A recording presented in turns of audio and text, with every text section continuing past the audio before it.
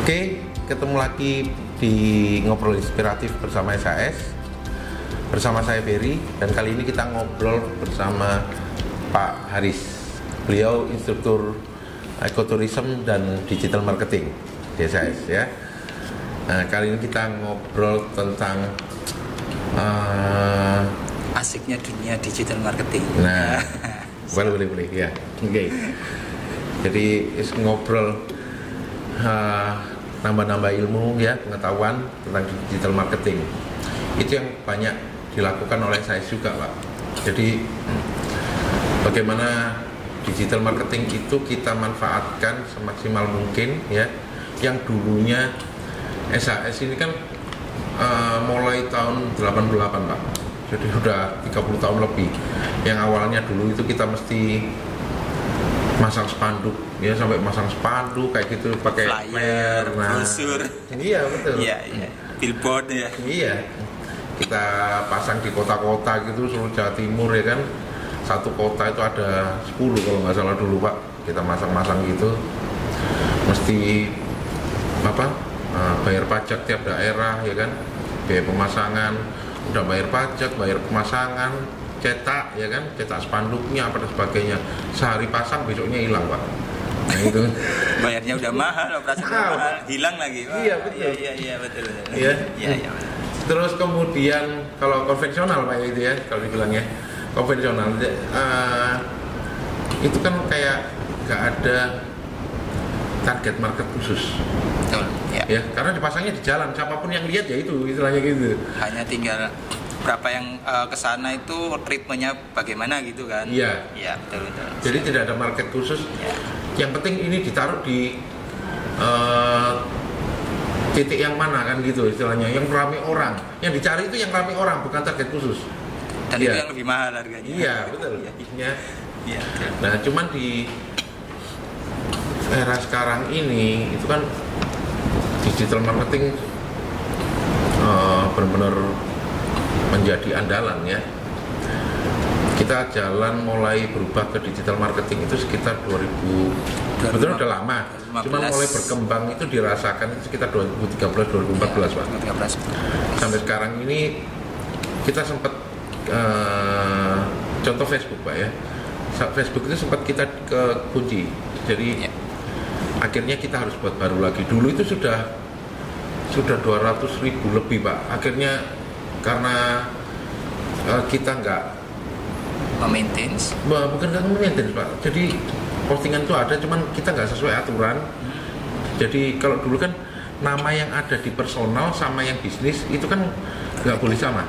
Ya, yang bisnis itu memang untuk bidang kerjanya, tapi kalau pengelolanya itu kan personal kan gitu.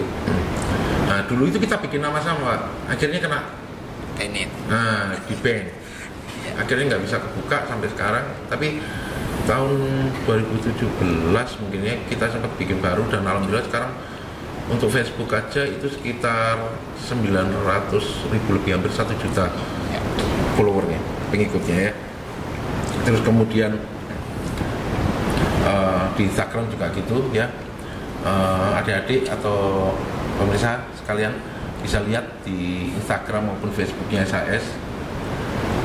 Mungkin bisa dibilang bahwa SAS ini satu-satunya kampus ya yang followernya itu paling tinggi se Indonesia. Fokus. Iya, memang untuk fokusnya ke situ ya. Betul. Marketing betul. Boleh lah dilihat di mana aja.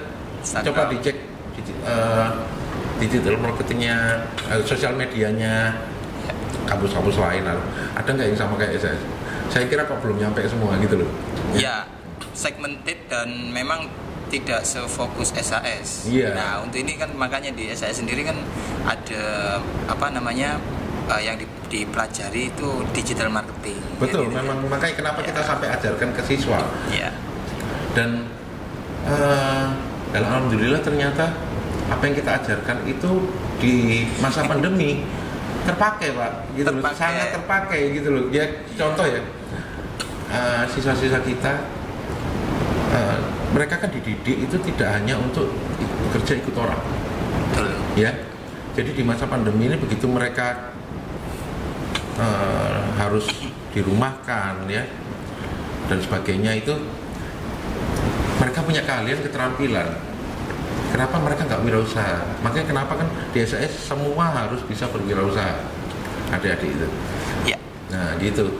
Dan akhirnya ilmu digital marketing itu sangat terpakai. Sangat terpakai, apalagi di Betul. SAS. Iya. Ya, efeknya itu selama saya mengajar di sini, kalau digital marketing itu kan saya kan ngajar udah cukup lama Pak di sini ya, 2015. Dan barusan digital marketing, dan saya rasa untuk akhir-akhir ini apalagi masa pandemi itu sangat berguna sekali, dan mereka saya lihat di IG-nya itu sebelum dan sesudah ikut digital marketing perubahannya sangat besar. Betul. Nah itu. Nah ini strukturnya kalau ada masuk ke SAS, belajar digital marketing sama Pak Aris ini. Iya, saya belum kenalan tadi. Iya. Nggak apa-apa, nanti aja. Iya. Jadi banyak siswa SAS yang sukses berwirausaha dengan berjualan online apa dan sebagainya. Salah satunya strukturnya ya dengan Pak Aris ini. Ya. Nah, gini Pak Aris. Ya. Mungkin kalau sama adik-adik siswa SAS kan oke lah di kelas ya materi, tapi kita bicara untuk masyarakat umum aja. Masyarakat umum general ya. Iya.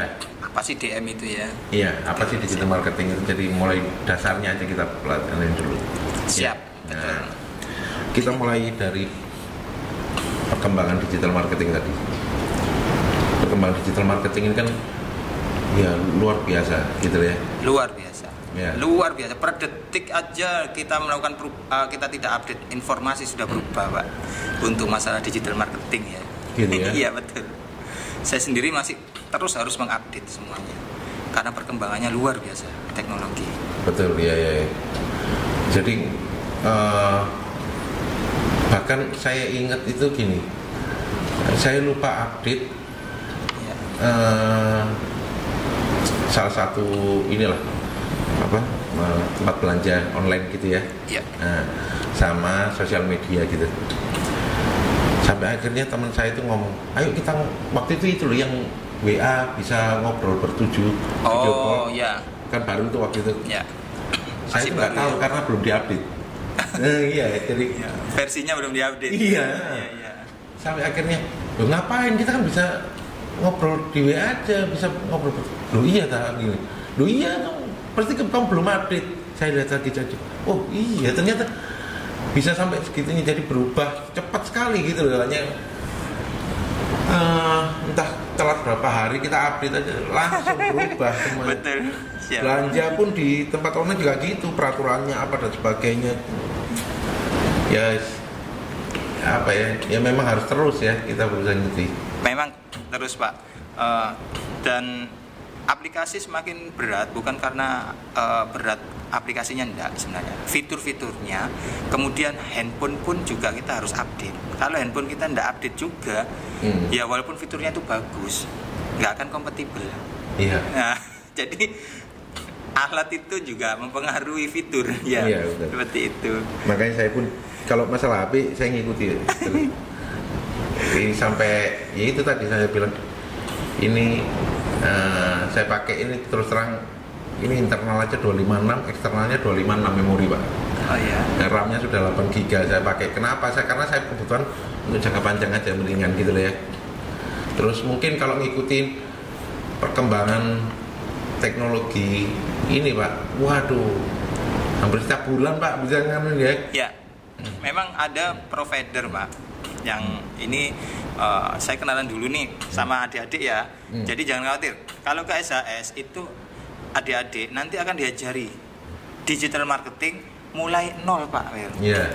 Jadi nol pemula. Kalau intermediate atau fluent nanti ada tahapnya. Tapi yang diajarkan sini adalah pemula. Pemula saja. Ya semua kan di sekolah diajarkan Iya. dari dasar kan gitu ya. Diajarkan dasar, tapi kekhususan di kita itu adalah langsung praktek dan praktisi langsung ke adik-adik. Jadi Iya. dipaskan kurikulum kita itu dipaskan banget. Jadi kelebihannya di SAS itu begitu. Iya. Kita paskan banget kebutuhannya adik-adik. Jadi bukan teori Iya. cuman sekian aja, semuanya bisa tahu. Dan kalau teori Pak Ferry itu per sekian detik itu udah berubah. Sehingga saya akan ajarkan yang sama itu adalah bahwa setiap menit kalian harus mengikuti perkembangan teknologi. Dan itu ada kisi-kisi sebenarnya. Ada prinsip yang harus dipakai. Nah, prinsip ini bisa berubah kapan, tidak bisa berubah lama. Prinsip-prinsipnya. Kecuali ada prinsip yang berubah fundamental. Contoh 4G ke 5G, 3G ke 4G itu fundamental. Nah, itu prinsipnya. Tapi kalau hanya fitur konten itu sebenarnya ada trik khusus yang kita udah tahu. Oh, ini ya udah. Jadi perubahan itu hanya melengkapi kayak makan gitu Pak Berian. Ya udah nasi rawon ada keluak. Itu udah jelas prinsip. Tetapi ada tempenya, ada tahu. Itu aksesoris saja. Oh, saya tambah ini. Nah, seperti itu. Sebenarnya teknologi juga sama. Digital marketing itu. Kalau ngomongin masalah konten untuk menentukan atau membuat kontennya sendiri itu seperti apa sih harusnya kayak gitu? Baik. Ini yang sebenarnya kebanyakan loss-nya. Ikut-ikutan, terus tren, ikut tren A, tren B, tren C. Akhirnya kita ikut-ikutan. Boleh, apabila memang passion kita di situ. Satu kata kunci tadi saya bilang, passion. Kayak apa? Food vlogger ya? Food blogger. Vlogger juga kan ada ya. Food blogger. Nah, itu dia makan di sini, dia sampaikan bahwa wah ini dan sebagainya. Cuman nggak bisa dijadikan. Sekarang banyak banget akhirnya jadi food vlogger gitu kayak gitu ya. Nah, betul. Iya, akhirnya nggak bisa dijadikan acuan juga gitu bahwa makanan ini dibilang enak. Saya pernah buktikan ya jadinya. Makan di sini mainan, saya cobain di sana, waduh, kan gitu. Nah, itu Pak. Jadi membuat konten itu awalnya adalah passion. Kita passion dulu. Passion kita makan. Kalau passion kita cuman misalnya pengacara nih atau hukum nih, tulis menulis. Wah, aku ini harus buat konten makan nih.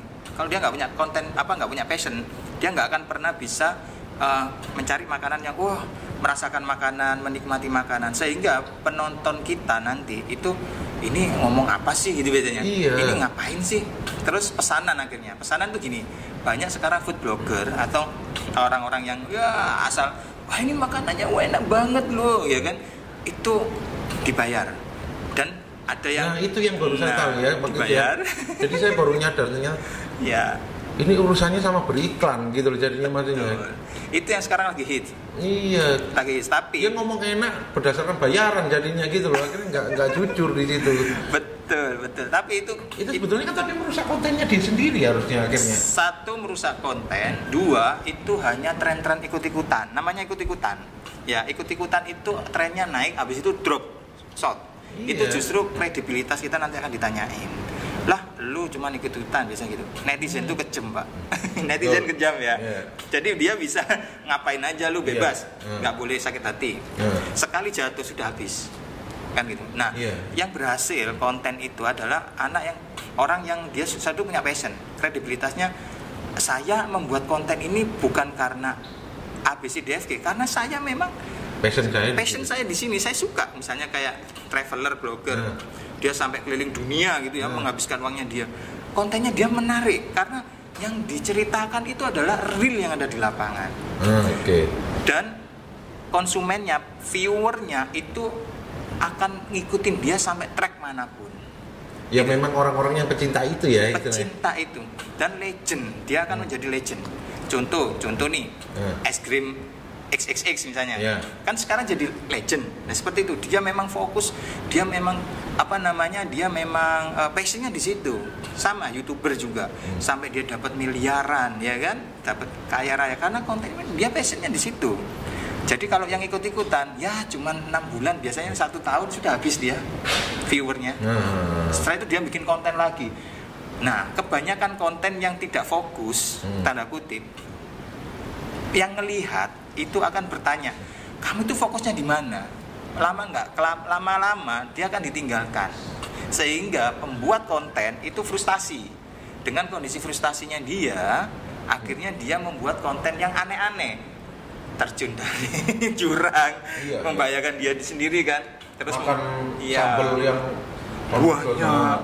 Terus itu dapetin viewer atau viewer. Gitu ya. Betul. Kemudian dia membuat kasus kayak misalnya artis-artis yang saya ini grade-ku turun nih. Akhirnya dia membuat konten yang kasus untuk menarik perhatian. Mengkorbankan. Itu yang sebenarnya saya tidak sarankan. Nah, kalau kalau teman-teman di SAS ini, saya pasti akan tanya Pak Berry pertama itu passionmu apa dulu? Terus pasti saya tanya gitu. Pak, akhirnya mereka ngomong nih, passion saya A, B, C, D sampai Z. Oke, setelah passion jadi Pak, membuat konten yang bagus. Kemampuanmu untuk menguasai alat. Nah, misalnya handphonenya jadul. Oke, kemampuanmu apa di alat yang paling jadul itu? Ya kan? Kalau dia udah menguasai misalnya videonya, bagaimana memaksimalkan ya cara penggunaannya ya? Memaksimalkan alat seadanya itu. Betul. Ya. Handphoneku iPhone 12 misalnya. Tapi kita nggak bisa tahu fiturnya apa saja. Ya nggak percuma ya. Percuma, kalah sama yang Vivo, Android yang sekarang kalah. Tapi dia menguasai alatnya. Itu yang kedua. Kalau dia nggak menguasai alat, ya sama aja. Oh ternyata ini bisa gini, ternyata bisa gini kan gitu. Nah, setelah kita menguasai alat, kemudian kita akan latihan. Kita latihan terus. Awalnya itu, saya pun juga nggak bisa ngomong selancar ini kalau belum kebiasaan atau latihan, Pak Berry. Ya kan? Latihan terus menerus. Akhirnya setelah latihan, kita akan tahu kelemahannya diri kita. Ya. Oh, saya ternyata kelemahannya adalah komunikasi. Kelemahannya saya kalau ngomong pakai teks dan lain sebagainya ya. Cara ngobrolnya harus masih kaku apa dan sebagainya. Iya, cara ngobrol perlu latihan. Perlu latihan. Latihan akhirnya kan ya, gini. Gimana? Banyak yang tanya loh. Lah kayak podcast gini kan berarti saya juga niru kan gitu ya. Memang kalau secaranya podcast juga betulnya ngobrol udah lama banget, bukan hanya di era digital marketing, enggak gitu ya. Namanya talk show nah, kalau baca dulu seminar kan, sama aja. Sama, dari dulu ya memang ada seperti itu ya. Cuman yang jadi prioritas kita itu adalah konten dunia perhotelan ini yang kita bicarakan. Dunia pendidikan di bidang perhotelan ini gitu ya. Apa yang dipelajari di SAS, apa yang diberikan ke siswa, itu yang menjadi konten kita. Betul. Ya, apa yang bermanfaat untuk dunia perhotelan, untuk siswa-siswa SAS, untuk masyarakat umum dalam berwirausaha dan sebagainya. Betul, itu, ya. betul banget Pak Berry. Di dunia perhotelan sendiri saat ini kayak HRD dan lain sebagainya ya, tidak di dunia perhotelan aja, di dunia kerja. Perusahaan sekarang kan mencari konsumen nih, kompetitor. Dia pasti akan berkembang, perkembangan digital itu sangat-sangat luar biasa. Pasti akan tanya, kamu bisa digital marketing nggak? Pasti ditanyain. Kalau misalnya HRD-nya masih sekitar hard copy atau yang lain, berarti kan masih keluaran oldies misalnya ya. Kalau yang sekarang terbaru enggak. Kalau kita ngomong, Pak, saya bisa portofolio, saya mau menunjukkan portofolio saya, tidak perlu praktek, tinggal menunjukkan saja cara editing video kita. Pak, mohon izin, ini link saya, atau saya tunjukkan. Nah, dilihat dari video itu pun seorang interviewer akan tahu Pak Berry, wah anak ini sudah bagus ya, ini seperti ini, tinggal ngomong saja. Kalau dulu kan perkenalkan nama saya Haris Kusumawardhani, saya dari itu sudah kuno ya. Ya iyalah, pas gitu ya, masa pas ya. Iya, betul. Nah, sekarang enggak perlu. Pak, perkenalkan nama saya Haris. Ya, sekarang Pak mohon izin, saya berikan link saya boleh, karena di sini adalah mengenai portofolio saya. Linknya ini Pak, saya tunjukkan ya video saya. Langsung ditunjukkan prakteknya gitu. Iya. Satu itu cara komunikasi efektif dan efisien, ya kan, menarik banget. Kemudian digital marketing juga penguasaan teknologi. Loh Mas, misalnya, iya Pak, kita sekarang misalnya pakai drone. Drone sekarang bisa pakai handphone. Nah, dia langsung mengetahui, Pak, kalau misalnya marketing, sales marketing kita itu pakai drone, bisa kita expose dari manapun, itu sangat luar biasa. Dia hanya menunjukkan itu saja, ya langsung interview, wah udah deh. Misalnya kamu punya khusus XXX selain ini gitu, itu bisa Pak Berry. Itu hebatnya digital marketing. Gitu ya. Iya. Nah, itu tadi kan mulai dari cara membuat konten ya. Betul. Jadi nggak cuma ikut-ikutan. Tidak ikut-ikutan. Terus kemudian punya passion di situ ya. Iya. Terus kalau bisa original. Ya. Boleh copy paste. Boleh ya. Tapi ada modified yang menunjukkan karakteristik originalnya dia. Iya. Nah, itu.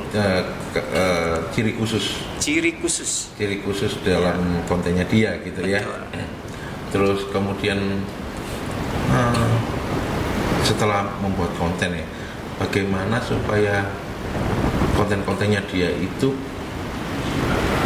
berjalan efektif gitu loh, maksudnya efektif, bisa diterima masyarakat, bisa laku ya di pasaran. Gimana?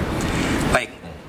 Selain penguasaan alat, kita harus tahu Pak cara edit video dengan aplikasi-aplikasi yang sekarang kan. Kalau untuk yang pemula biasanya pakai yang free ya, gratis ya. Nanti dari gratis nanti dia akan berkembang, latihan akan menjadi profesional. Ya, kalau sudah cukup mahir. Nah, enggak. Ya maksudnya sudah ada pembeli atau semua dia berdagang gitu ya. Betul, dia langsung masuk ke profesional. Mulai ya naik. Betul. Nah, untuk mencapai ke profesional dia harus latihan dari yang pemula tadi. Kemudian efektif bagaimana? Efektif atau tidaknya itu akhirnya tergantung dari diri kita Pak sebenarnya. Kita bisa bilang efektif apabila kita sering berlatih. Kalau kita sering berlatih, otomatis gini, teknologi itu perkembangannya sangat pesat. Dan sehingga kita itu akan tahu update setiap saat. Nah, kalau tahu update setiap saat, otomatis kan kita harus memegang handphone terus nih. Latihan kan, akhirnya tahu kelemahan. Ya kan, semua teknologi ada kelemahannya, sistem ada kelemahannya. Nah, setelah itu baru bisa dibilang efektif, karena kita tahu, oh ternyata cara membuat video A, B, C, editnya bagaimana, kemudian dikasih picture art-nya bagaimana untuk kan kalau misalnya cuma masukkan YouTube begitu-begitu aja, wah ini apa sih? Biasanya kan kasih gambar-gambar tuh, itu ada pakai pic art, pakai Photoshop kan, ya kan, kemudian dibikin picture cover ya kan, cover picture di YouTube itu sebenarnya kan. Jadi orang terus kemudian dibuat judul yang sangat menarik. Nah, judul ini tidak panjang Pak. Sebenarnya 3 atau 4 suku kata itu sudah bisa. Oh gitu ya, nggak boleh terlalu panjang malah ya. Betul. Contoh ya, Pak Haris jatuh di jurang. Itu orang langsung Pak Haris jatuh di jurang. Apain di jurang? Membuat penasaran kan? Ternyata Pak Haris jatuh di jurang hanya karena pengen ngambil permen atau apa, tapi tidak sampai seperti itu. Itu saya ingat, saya berapa 3-4 tahun yang lalu ya. Saya pernah membuat judul, padahal itu jebakan itu gini ya. Waktu itu ada siswa SHS itu dikirim untuk apa ya, observasi itu di kawasan Doli. Waktu itu Doli udah ditutup. Nah di sana itu ada yang memproduksi tempe di kawasan Doli. Oh iya, benar, tahu. Nah, ada di SHS itu ke sana observasi. Nah, cuman saya bikin judul waktu itu di Instagramnya SHS, saya ingat ya. Saya buat judul siswa SHS ketahuan apa? Saya ketangkap atau ketahuan gitu di kawasan Doli. Ayo ngapain gitu. Itu yang nonton ratusan ribu. Betul Pak. Betul. Itu yang nonton. Padahal itu cuma di dalamnya itu anak-anak SHS semua isinya mereka observasi gitu loh untuk ke kawasan Doli itu untuk wirausahanya dan sebagainya seperti itu. Cuman judul kontennya aja saya sampai ketawa sendiri. Saya cuma bikin judul aja padahal itu saya. Ya. Itu judul utamanya sebenarnya cuma 4 suku kata. Siswa SAS ketangkep. Siswa SAS siswa SAS ketangkep di Doli. Di bawahnya, ayo lagi ngapain? Itu kan judul kecilnya. Betul. Cuman 4 suku kata ya. Langsung, wah SAS itu. Itu yang nonton langsung. Persepsinya macam aja. Iya begitu. Dan itu ada yang, itu jeleknya mungkin orang Indonesia ya. Jadi nggak dibaca, cuman dibaca judulnya. Betul. Nggak dibaca isinya gitu loh, nggak.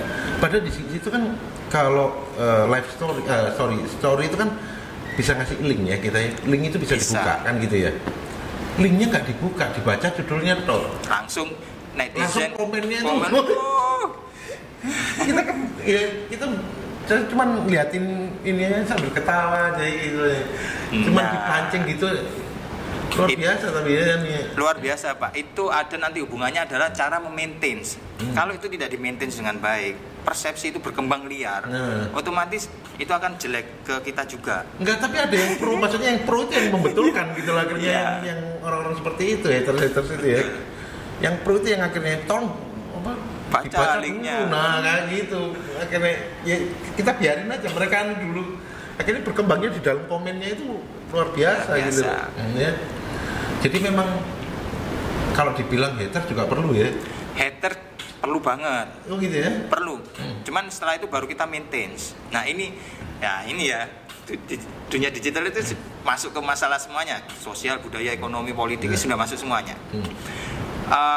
Yang orang khusus digital marketing itu akan tahu time frame, time elapse, kemudian tahu kapan dia harus share, kapan dia harus membuat konten, kapan harus posting. Dia benar-benar setiap perusahaan itu sekarang mencari orang-orang yang jago dunia digital marketing itu sangat sulit sebenarnya.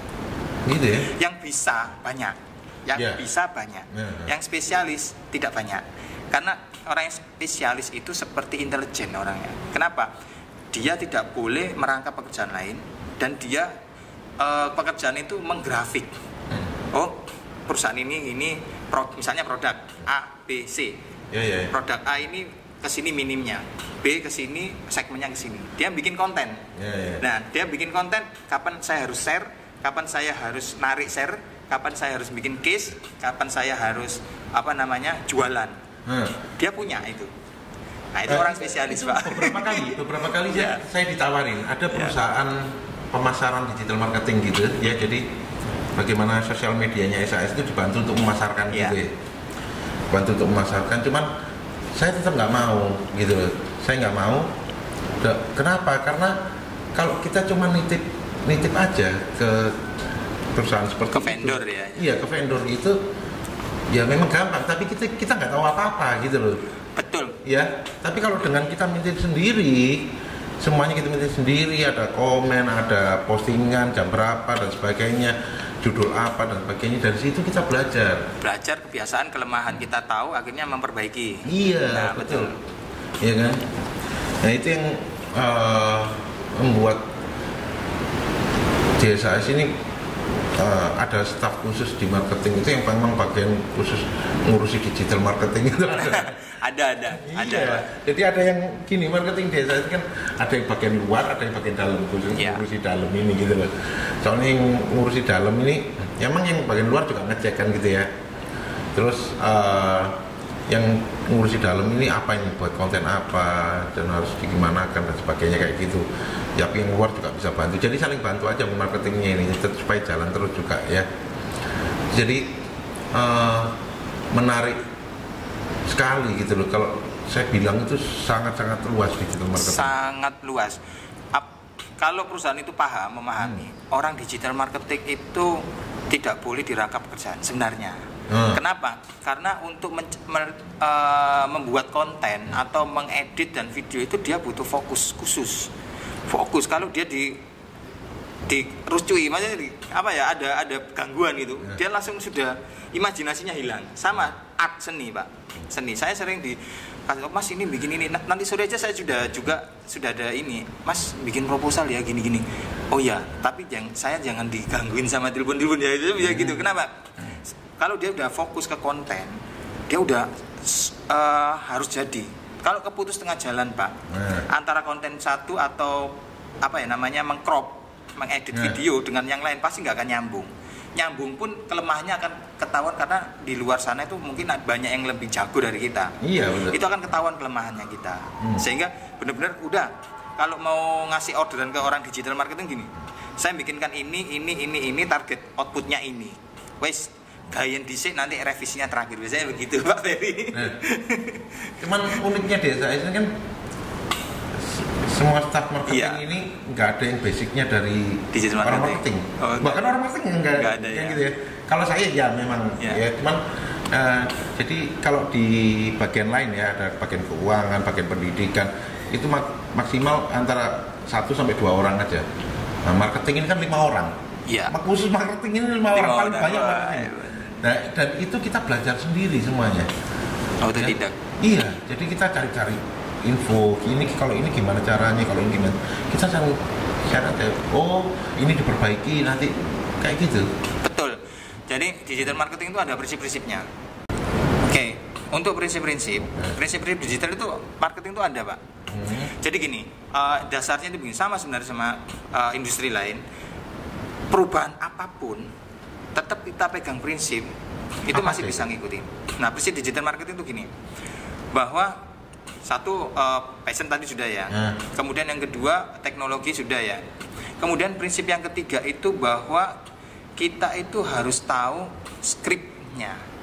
Sebelum kita membuat konten, kita harus bikin skrip. Skrip itu apa saja sih yang harus kita bicarakan, apa saja outputnya ya, sama seperti ini ya, apa saja yang dibicarakan, apa saja yang ini ya kan. Setelah itu sudah ya kan, setelah skrip baru kita editing pun ada prinsipnya kan, nge-crop, kemudian kita bisa memasukkan video, bisa memasukkan musik dengan baik, ada kapan kita harus memasukkan, prinsipnya itu aja. Setelah itu baru format, segmentednya kemana, segmennya apa, misalnya kita ke lembaga atau untuk kalau promosi Pak, prinsipnya gini, orang kalau kita promosi produk aja, produk nih cukup 5 menit, keluar dari 5 menit ini apa sih gitu. Kecuali kalau talk show gini ya, kita butuh detail ilmu, jadi bisa sampai panjang pun bisa. Karena orang, ini menarik, semakin menarik kontennya, dia kan semakin dicari, semakin sampai detail, sampai ke dalam. Itu kalau podcast. Tapi kalau kita produk, masalah pendidikan, kalau lebih dari 5 menit, udah loss. Orang udah bosen. Wah, ngetek kuota aku ternyata gini doang. Biasanya begitu. Bener apa enggak? Pak Mary juga pernah merasakan kan? Iya, betul. Ya, itu. Prinsipnya itu sebenarnya salah satunya. Nah, terus itu sama. Kalau semama gini gimana ya? Kalau semama orang jualan gitu ya. Contoh yang paling gampang kasusnya itu yang kemarin sempat booming, yang dia jualan ternyata nipu yang makanan itu loh. Harga mahal. Bukan. Yang seperti ini apa ya, di Grab atau di GoFood gitu, saya lupa. Yang di daerah sama Keputih. Belum tahu infonya. Soalnya banyak sih berita begitu. Terakhir di Sidoarjo juga dia sudah ini terus akhirnya menipu, ya kan? Lu uangnya udah terlanjur dikirim. Bukan itu, bukan. Yang mana, bukan problem gitu. Jadi kayak GoFood gitu, kayak GrabFood gitu. Jadi di fotonya itu foto makanannya bagus-bagus gitu, dan dia menyerupai tempat-tempat makan yang terkenal. Tapi begitu datang hasil makanannya itu tidak seperti ekspektasi. Iya. Iya. Itu kan, tapi istilahnya kan strategi marketingnya dia berhasil. Iya. Tapi kan dengan cara menipu gitu. Maksudnya itu dari fotonya, nama jualannya, rumah makannya, bagus gitu loh. Terus kemudian begitu orang membeli produknya, hasilnya nggak karuan kan gitu. Itu sebetulnya strategi marketingnya sudah bagus, cuman sayangnya kan dengan apa ya, kenapa kok dijadikan satu hal yang negatif gitu loh. Kenapa nggak dipositifkan? Kenapa nggak dibuat jualan sungguhan gitu? Maksudnya apakah padahal harganya nggak murah loh makanan itu. Kayak saya lupa waktu itu harga pecel kalau nggak salah berapa puluh ribu gitu, ternyata dijualnya cuma nasi, sayur sama bumbu pecel gitu. Rujak cingur juga gitu, harganya mahal, ngikutin rujak cingur yang mahal gitu ya, terkenal. Akhirnya waktu datang, ya lah gini doang. Betul Pak. Jadi gini, sama sih sebenarnya di dunia digital marketing kan ada oknum juga. Sebenarnya semuanya itu sama, ya kan? Nah, kalau kamu tahu pasti kan saya gini, kalau tahu kamu laku, ya, kenapa nggak kamu jualan yang baik, yang jujur gitu loh? Kenapa harus menipu seperti itu? Betul. Jadi gini, kalau orang yang sudah tahu ilmu digital marketing dasar, jadi digital marketing itu banyak. Dia mempelajari tentang fotografi, dia mempelajari tentang video editing, foto editing, kemudian copywriting. Nah, berhasilnya dia sudah semuanya. Kelemahannya adalah produk. Nah, kalau itu ada sih siswanya SHS itu bagus ya. Saya nggak sebutkan, cuman bagus, beberapa itu banyak yang saya temukan. Produknya dia ada. Produk bagus, cara memasarkannya yang Nah, mereka kadang bingung gini. Aku bisa ono produk bisa diterima, tapi kok yang beli sedikit. Salah share. Salah segmented time share. Nah, waktu juga mempengaruhi Pak Berry. Ya, jam berapa harus Iya, posting ya? betul. Misalnya kita mau posting kafe kita, ya kan, rumah makan kita. Kita posting jam 9, jam 10 siang. Ya nggak ada yang lihat, orang kerja, Iya, ada yang lihat, kerja, tapi ya. sedikit viewer. Pada saat dia santai, misalnya pada saat macet, Makan siang, jam mau 12 makan mama. siang, jam 12 kan makan siang, Nah. setengah 12 dia posting, ya kan. Kemudian sore jam 5 dia posting, kemudian setelah itu jam 7 ke malam ke atas dia posting. Yang viewer banyak Pak Berry. Iya, iya. Nah itu kalau dia udah tahu ilmunya ini ya dari A sampai Z. Nah tinggal kita yang sebagai penikmat digital marketing harus benar-benar tahu track recordnya penjual itu. Gampang caranya, cari ulasannya. Iya, iya, iya. Jangan kita jadi korban kedua. Iya, Gitu kan. Cari ulasan, cari petanya, kemudian cek di situ transaksionalnya. Jadi sehingga kita akan tahu itu masih makanan Pak Berry, mending jualan rumah, jualan apapun bisa manfaatkan digital marketing. Akhirnya pada saat dia udah kemakan itu, loh tipu-tipu. Kan banyak Pak. Nah Ya, itu ya memang plus minusnya dunia digital begitu. Kan gini loh maksudnya, dengan cara jujur saja Iya. ya, dengan cara jujur saja kita berjualan secara digital marketing ya, kita seperti itu pun kita harus maintain gitu ya, Memaintain konsumen. maintain konsumen gitu loh ya kan. Lah kalau dengan cara menipu itu nih, berarti kan nggak ada maintain, selanjutnya kan nggak ada. Nggak ada. Karena sekali beli orang ketipu ya udah nggak akan nyoba lagi, tapi dia cari customer lain yang bisa ditipu, kan gitu caranya. Betul. Dan dia tidak tahu sebenarnya aplikasi atau Facebook, Google, YouTube itu peraturannya selalu berubah Pak Berry. Melihat perkembangan. Apabila banyak yang churn namanya, fraud di situ, dia akan bikin aturan yang mengikat fraud. Jangan salah, di handphone kita atau di peta kita itu ada IP. Ya, IP-nya. IP address ya.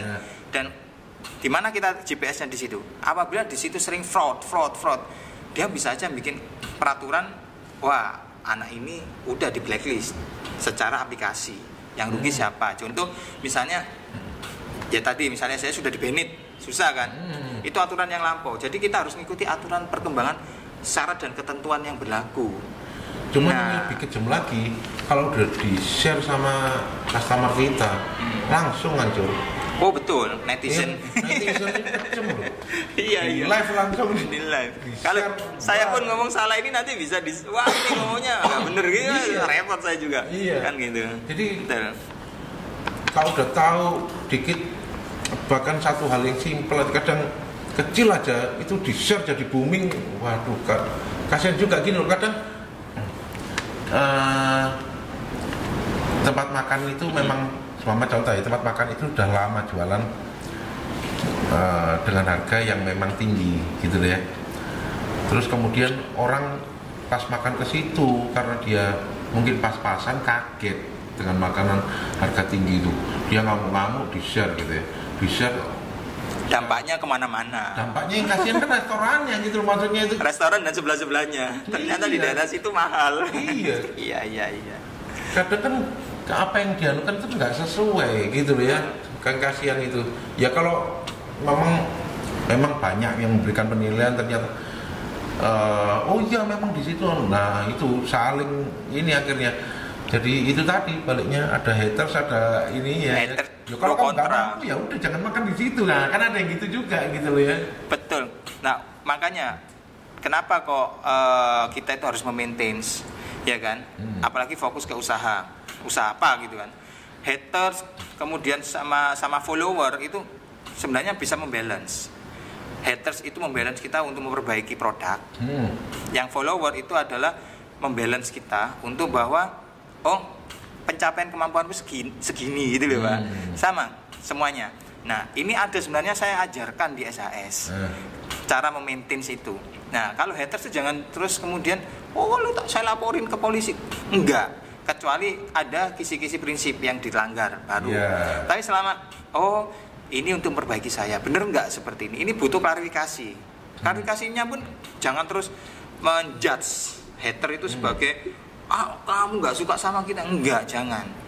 Jadi kita pelajarin. Oh iya maaf, itu ada bahasa-bahasa namanya copywriting itu tadi. Untuk bahasa-bahasa ternyata haters itu ternyata survei membuktikan kebanyakan haters itu adalah pelanggan setia kita loh Pak Ferry. Sesungguhnya, bener nggak? Gitu ya. Kita membenci produk itu, ternyata dia memberikan pelayanan yang baik. Kok gini ya? Jangan-jangan saya itu salah menilai. Nah, kita balikkan. Pada saat dia salah menilai, dia akan lebih mempromosikan produk kita lebih jauh. Karena sebetulnya kan yang paling simpel aja ya. Iya. Kalau dia haters beneran, nggak mungkin dia like. Betul. Iya kan? Nggak mungkin ngelihat kita terus. Iya. Betul. Iya kan? Iya. Lah kalau saya nggak suka sama orang itu, nggak mungkin saya follow. Iya, unfollow aja langsung. Iya. Kalau saya nggak mungkin. Wah, aku nggak seneng, nggak follow. Gitu kan nggak masuk akal gitu loh maksudnya. Dari awal kan udah nggak masuk akal ya. Nggak gitu. masuk akal.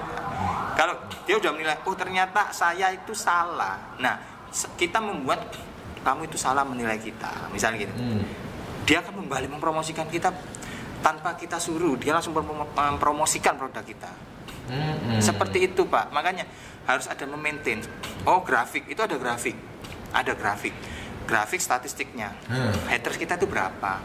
Kalau yang suka sama kita 10.000, yang hatersnya 5 ya jangan dijudge yang 5. Kalau haters kita ternyata kita punya 10.000 follower, yang haters kita itu ternyata ada 8.000, yang 2.000 suka sama kita harus memperbaiki diri cepat. Nah, berapa persen? Kalau cuman 2%, 3%, oke kita maintain. Apa yang menjadi dia nggak suka sama kita? Jangan. Kan kita kan nggak ngerti kelemahan kelebihan kita kan. Tapi kalau dari 10.000 ternyata 8.000 yang haters, berarti ada yang salah dalam produk kita. Betul. Itu sudah bisa jadi grafik statistik Pak Ferry. Itu kan menarik banget Pak Ferry. Iya.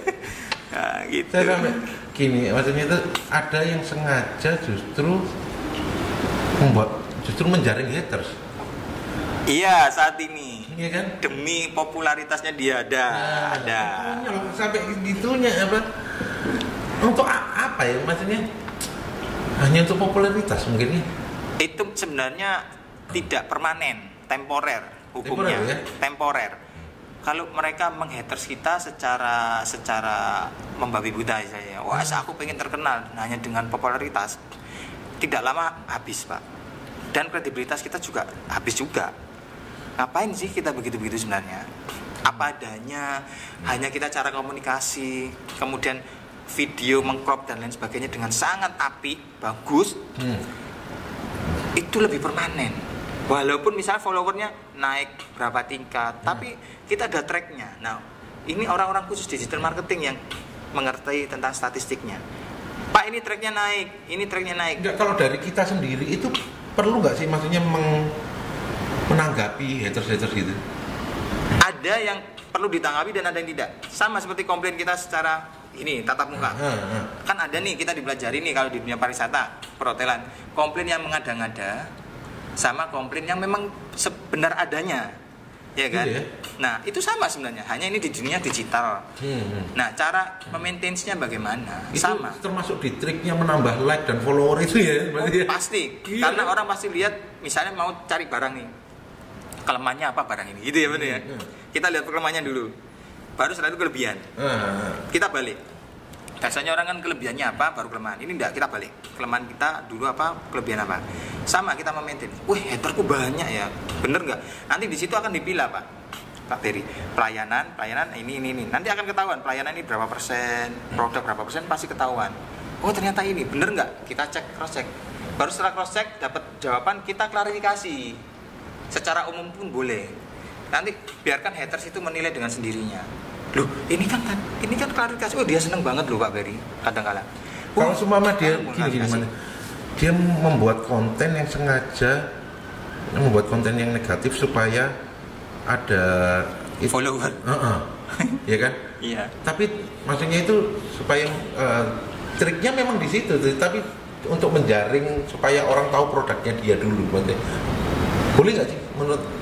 Ya, berhubung digital marketing ini dunia bebas, sehingga saya ngomong prinsipnya diperbolehkan. Sah ya? Sah. Hanya saja resiko ditanggung pengemudi. Tapi kalau ternyata bisa dibuktikan produknya itu bagus, nggak masalah. Lebih baik saya sih membuat konten, produk itu bagus, cara komunikasi saya bagus, hanya saja copywriting-nya yang saya mainkan. Contoh ya, beli satu gratis satu. Misal beli satu dapat satu. Orang luar yang tidak mengerti marketing, wah beli satu gratis dua, dapat dua. Loh, masih iya memang beli satu dapat satu. Contoh seperti itu. Itu satu copywriting yang ditekankan. Kalau menipu itu gini, beli satu gratis dua. Ternyata dua itu isi sama kemasannya. Saya ingat ini nih. Ya, contohnya begitu. Saya ingat itu ada yang jual bakso kalau nggak salah ya. Ya. Kalau bawa istri diskon 30%. Ya, atau beli rumah beserta huninya. Enggak, ini lucu nih. Iya, ya gimana, Pak? Bawa istri diskon 30%, bawa pacar diskon 30%. 30%. Bawa istri sama pacar 100% gratis. Nah, ya, itu ya kan. Itu copywriting, Pak. Iya kan? Lebih baik pakai cara begitu. Itu bukan cara nipu. Cara konten yang humoris, yang gampang pencernaannya, tetapi masuk akal. Loh kok masuk akal? Timbul pertanyaan. Pertanyaan gini, aku lek nggawa istri, oke, 30%. Bawa pacar 30%. Bawa dua-duanya 100%. Kamu makan gratis tapi bentrokan di situ.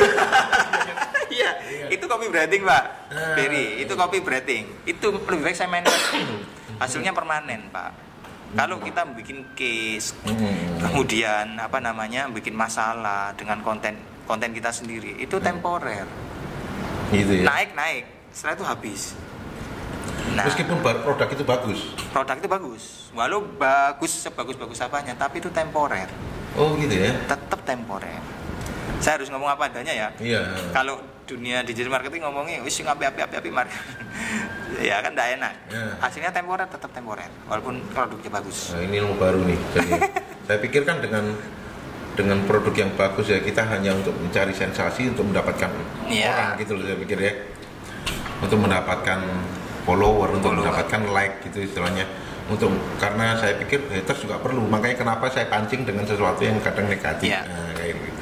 Sama prinsip industri, prinsip lagi yang bagus kan bagi perusahaan itu kan pelan up tapi growth-nya dia ada persentase meninggi. Bener ya Pak? Ya? Ilmu ekonomi ya.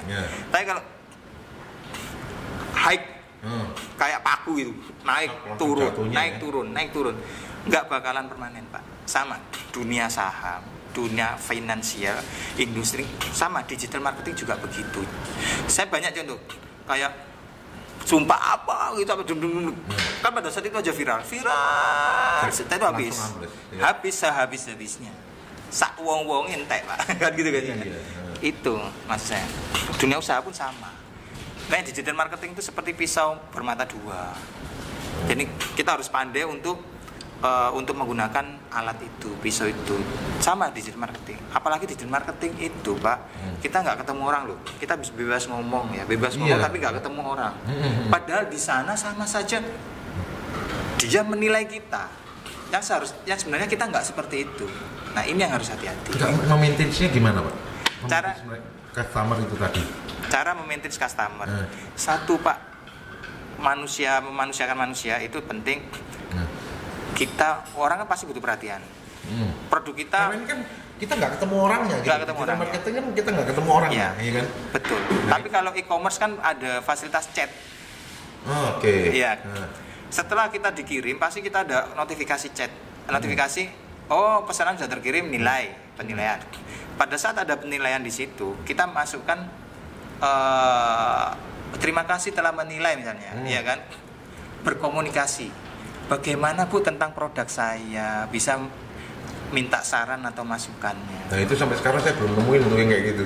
Di digital marketing kita belanja online pun ya kan? Kita belanja online, sudah beli, udah laku, baru selesai.